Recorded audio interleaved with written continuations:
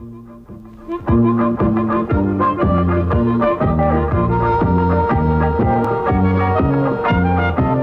all over the countryside, ask the Leylands, ask the Leylands. Travel all over the countryside, ask the Leyland Brothers.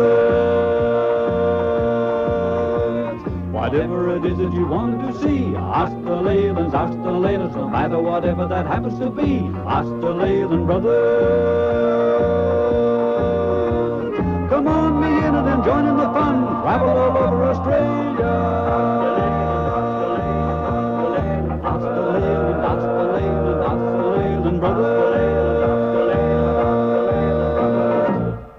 This week we have 3 more unique stories for you. Where do we start, Mal? Well, our first story comes from South Australia, from a town here by the name of Lyndhurst. There we meet an unusual man who makes sculpture using talc rock. And then we travel over to Western Australia, to a lake over here by the name of Lake Lefroy. The lake itself is not the subject of our film though. It's a very interesting action-packed sport, land yachting. And then where do we go to, Mike? Across to New Zealand to look at 2 train stories. The first one is the Silver Fern Express around the Rarumu Spiral in the North Island. Then we go to the South Island to Kingston to look at the famous Kingston steam train.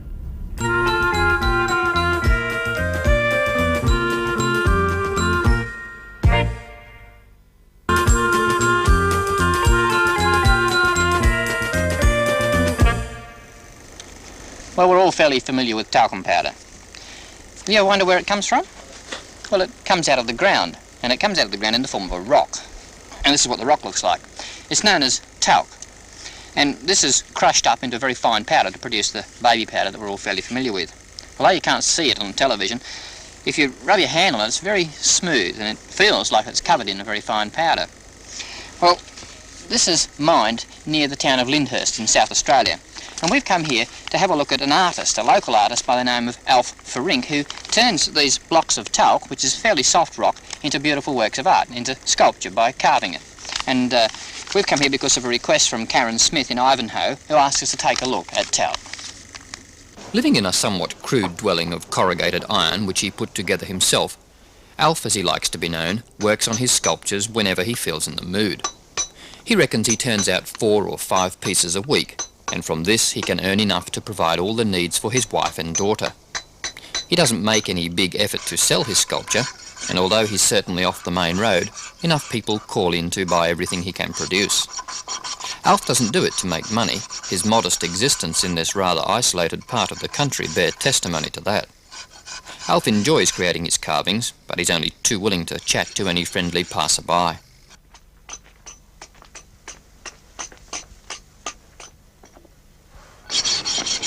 Alf, how long have you been doing this now, altogether? Well, I started working in talc when I was about 17. How long does it take to complete it from a rough bit of rock through to a finish? It would take about 1 day to finish. A full day? Yeah, a full day.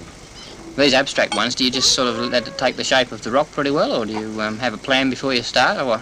No, well, as you work, the mind makes the matter, more or less. Now, what sort of tools do you use for this? I notice you've got the rasp there for sort of roughing it up, but how do you get round to that smooth finish?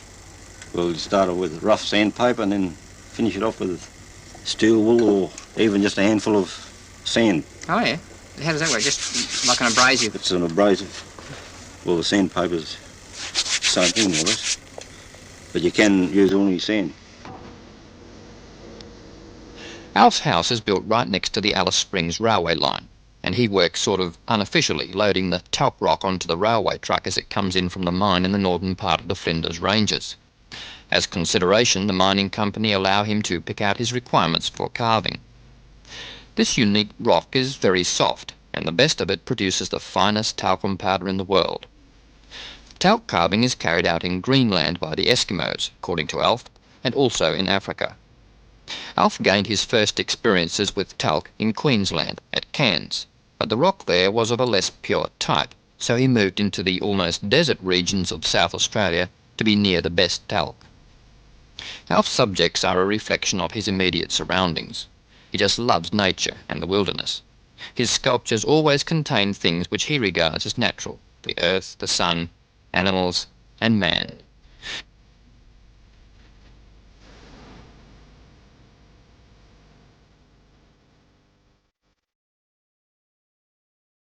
It's not surprising that camels feature in many of his works, because Alf is proud to be a camel owner and frequently sets off on his camel to spend time wandering about the desolate country, observing and thinking.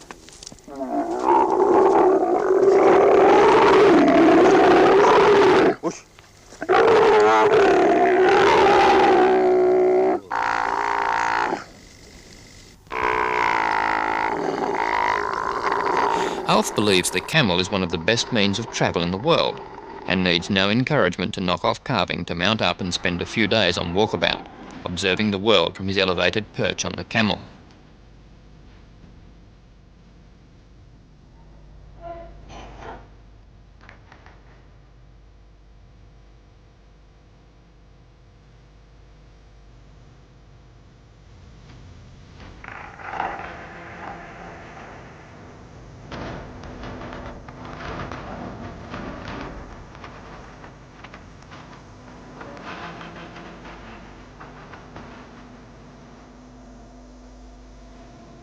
Whether or not his work will be judged to be good sculpture or not is of no concern to Alf. He says that since he came to this remote spot, and he has been able to work when it suits him, he's found contentment and satisfaction. And here, he's able to take his pick of the best talc rock in the world.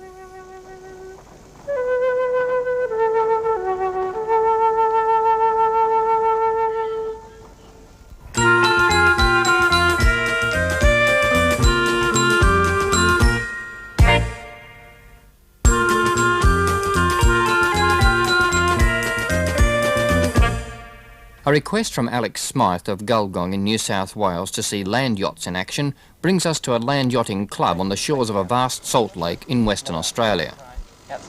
Well, we've arrived at the Lake Lefroy Land Sailing Club on a nice windy day, and Lake Lefroy is just near the nickel mining town of Kambalda, and we're going to talk now with Phil Silverlock. He's a club champion. Phil, can you tell us a few things about land yachting? I mean, did it develop in Australia? Oh no, it developed in Europe. I think Holland was the first place to officially have them. And how long ago was it? 16th century. Oh goodness, that far back. Yes, it's a fair while ago, but they've had them in America in the old Wild West days, and in China, and the European is the scene now, the European Championships. And when did it first start up here? Because you've got an ideal sort of location for it. 1970 they started here. And now these yachts, are they much different to the ones you had when the club first started? Are they gone we have improved a lot. We've probably got 20% faster, but 50% dearer, the yachts would be.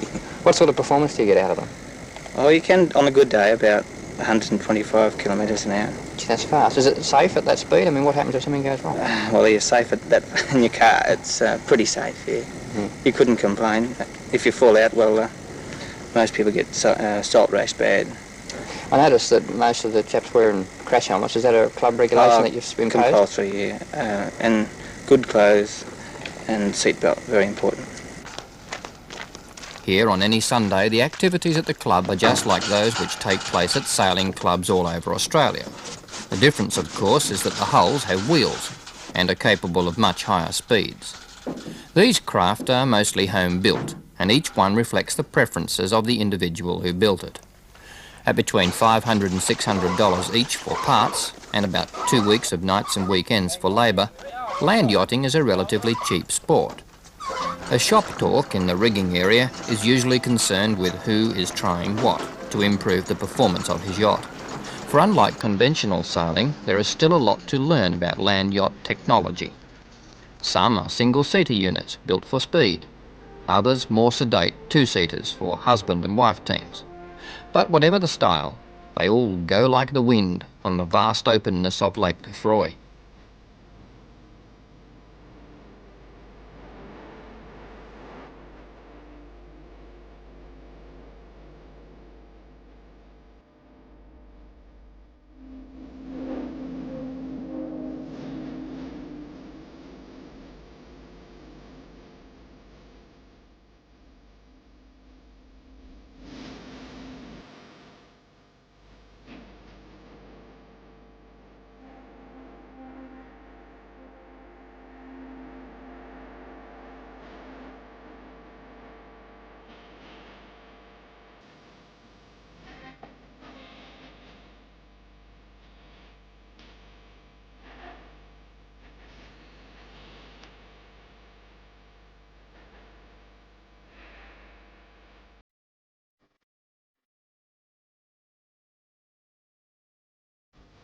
There are 3 classes of yachts, and the club usually organises a triangular circuit for races.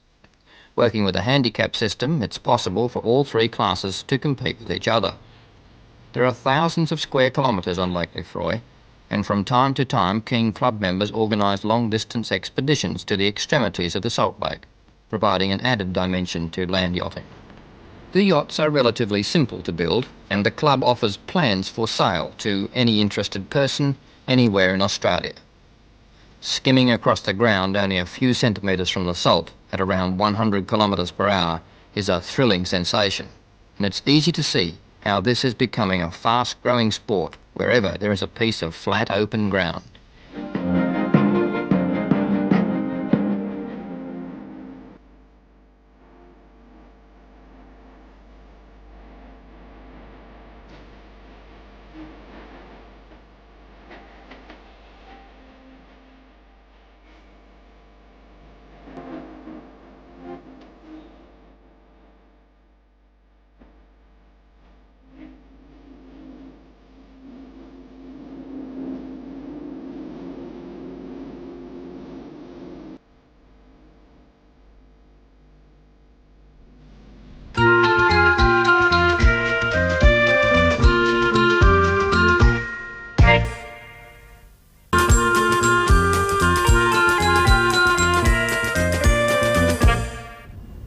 We have a letter from Robin Rawlinson of Burradar, New South Wales.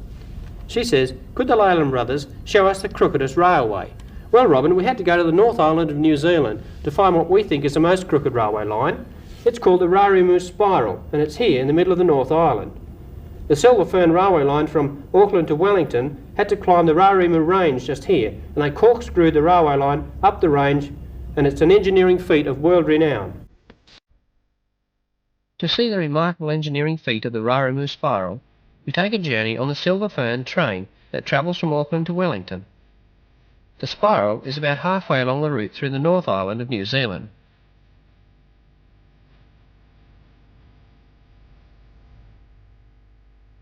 Ladies and gentlemen, we're now approaching Rarimu. Rarimu is the foot of our famous Rarimu Spiral. Faced with towering mountains to climb near the high plateau in the North Island, the builders of the main trunk railway had to come up with a method of climbing 215 metres in 6 kilometres, a gradient that would normally be too great for the trains to climb. They overcame this with a remarkable engineering feat that is acclaimed throughout the world. By using a series of horseshoe bends, a complete circle, and a series of tunnels, they corkscrewed up the hill, extending the distance to 11 kilometres, and cutting the gradient down to 1 in 50, the maximum permissible.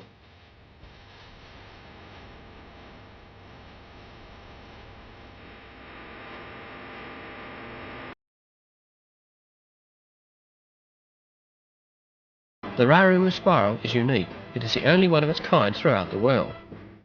There are many different stories about the spiral, but one has it that a bushman showed the engineers the way up the hill, who knew the country like the back of his hand, and he showed them the way up. It took them a wee while to get up because they had to mark it as they went, you know.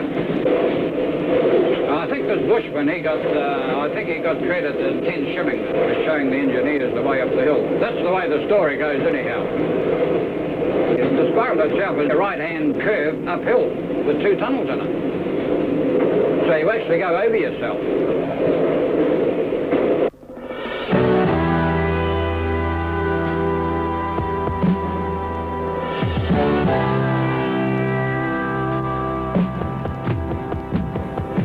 Railway engineer R.W. Holmes came up with a masterly design for the spiral and saved the railways from a costly alternative route.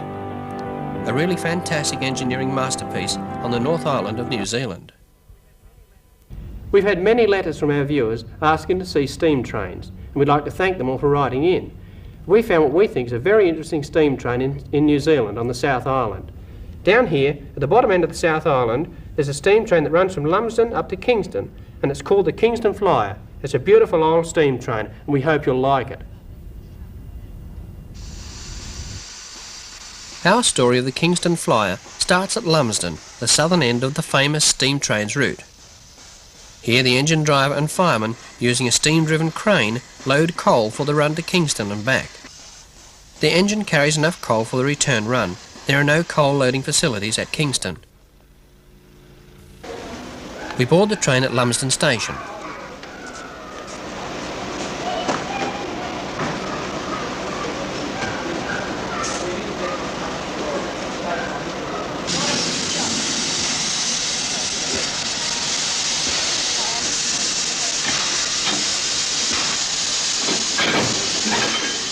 The Kingston Flyer is an AB class locomotive built in 1925 at Addington in New Zealand. These locomotives are remarkably powerful for their size and can haul loads of 700 tonnes on easy grades. Lumsden station master rings the traditional brass bell at departure time.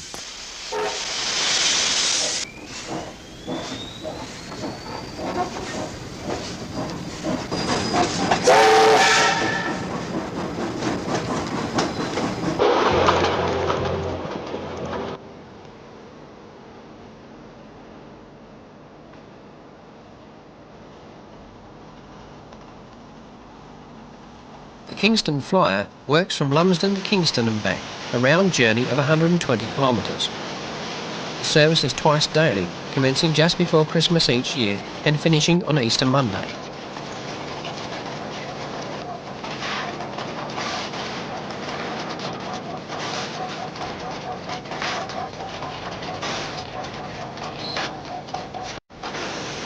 The Flyer's drivers and firemen love the locomotive and say this job is a pleasant change from driving the diesel locos.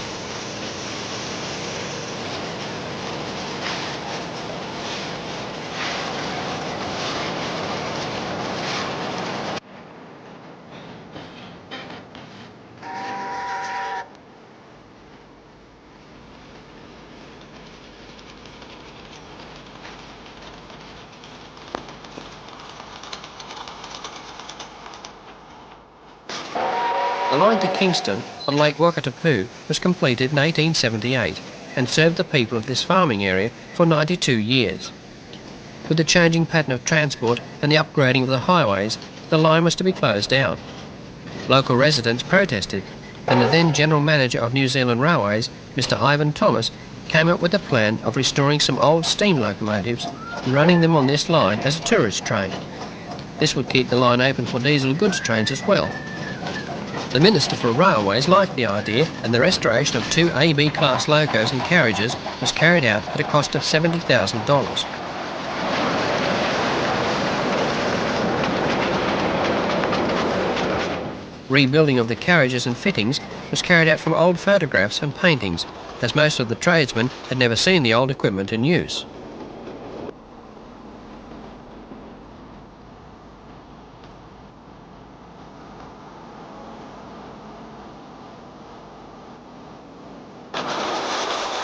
The inaugural run of the restored Kingston Flyer was in December 1971, with a grand send-off of brass bands.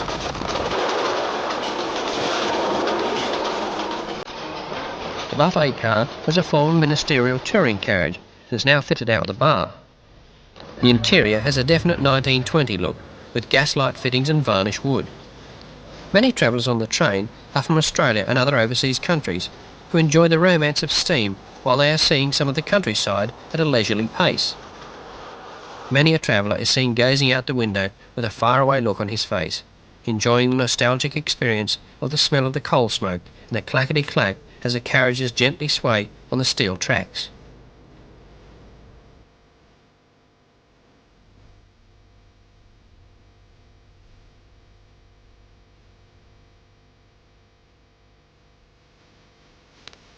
The country between Lumsden and Kingston is a constantly changing panorama, from willow-lined rivers to dry tussock country with farmland in between.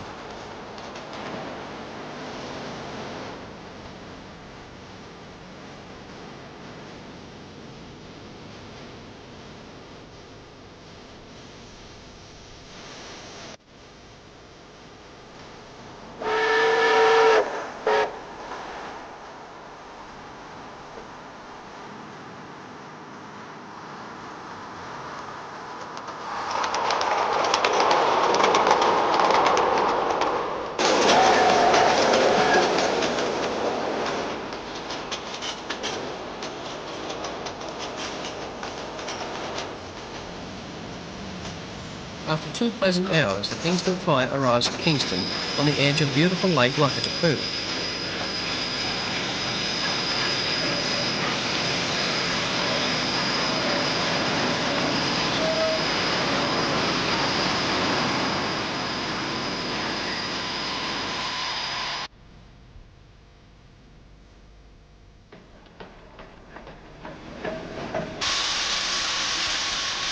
Before the train can make the return run to Lumsden, it has to be filled with water, and the engineer always gives the loco a bit of a polish, so that it looks its best for the photographers amongst the passengers.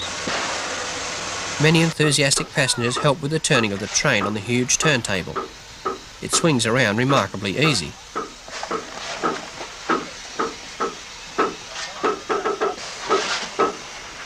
What's wrong with you?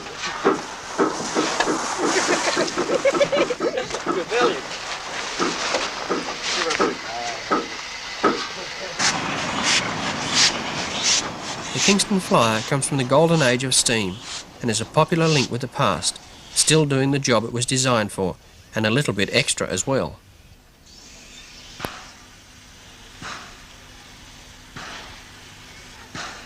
If you love steam trains, and judging by the number of letters we've had, there must be quite a lot of people that do. If you ever come to New Zealand, you must take a ride on the Kingston Flyer, because it takes you right back to the 30s.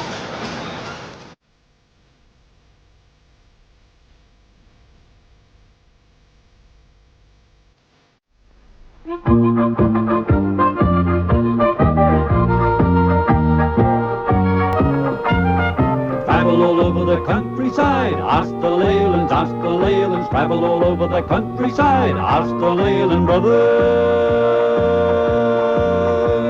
Whatever it is that you want to see, ask the Leylands, ask the Leylands. No matter whatever that happens to be, ask the Leyland Brothers.